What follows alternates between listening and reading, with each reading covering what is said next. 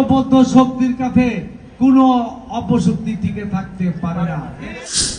আপনাদের এই মন্দিরের এসে একটি কথাই পরিষ্কার বলতে চাই যে বাংলাদেশে এবং এই জায়গায় আপনার জন্ম, আপনার জন্মভূমি বাংলাদেশ, আপনি বাংলাদেশী, আপনি যে ধর্মের লোকে হন না কেন, আগামী দিনে আপনারা শক্তভাবে সাহসভাবে নিয়ে এখানে আমরা হিন্দু মুসলিম ভাই ভাই মিলেমিশে থাকবো।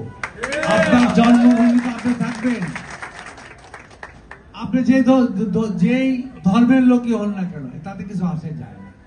ধর্ম নিয়ে বৈষম্য এবং বিভেদ, এটার অবসান আমরা চাই। আগামী দিনে আমরা হাতে হাত মিলে এখানে চলবো, হিন্দু বৌদ্ধ খ্রিস্টান ঐক্য আমরা মিলে চলবো, যার যার ধর্ম শেষে করবেন। এই যে এত বড় একটা আন্দোলন হলো গণ অভ্যুত্থান, এটার মূলে কি ছিল? বৈষম্য বিরোধী আন্দোলন। কিসের বৈষম্য? ধর্ম বর্ণ গোত্র নির্বিশেষে চলাচলের ভাষা বক্তব্যের আমরা বৈষম্যহীনতা চাই। আমি আপনি হিন্দু বলে নিজেকে ছোট ভাববেন না। আমরা মিলেমিশে বাংলাদেশী হিসাবে এদেশে বুক ফুলিয়ে বসবাস করব। কেউ যদি কোনো প্রকার সমস্যা সৃষ্টি করে, সেটা আমার দলের লোক হলো, আপনারা তাদের ছাড় দিবেন না। আমরা ঐক্যবদ্ধ থাকবেন। ঐক্যবদ্ধ শক্তির কাছে কোনো অপশক্তি টিকে থাকতে পারে না।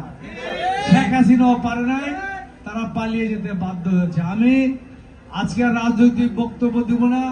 এখানে আমাদের অনেক আপনাদের কমিটি বান্ধব, আমার বন্ধু বান্ধবরা আছে, আমার নেতৃবৃন্দরা এখানে আছে দলে, তারা আপনাদের সাথে মিলেমিশে আমরা আনন্দের সহিত এই পূজা পার্বণটা করছি। আগামী দিনেও আমরা সকলে মিলেমিশে ঐক্যবদ্ধভাবে এই এলাকার উন্নয়নটা করতে চাই।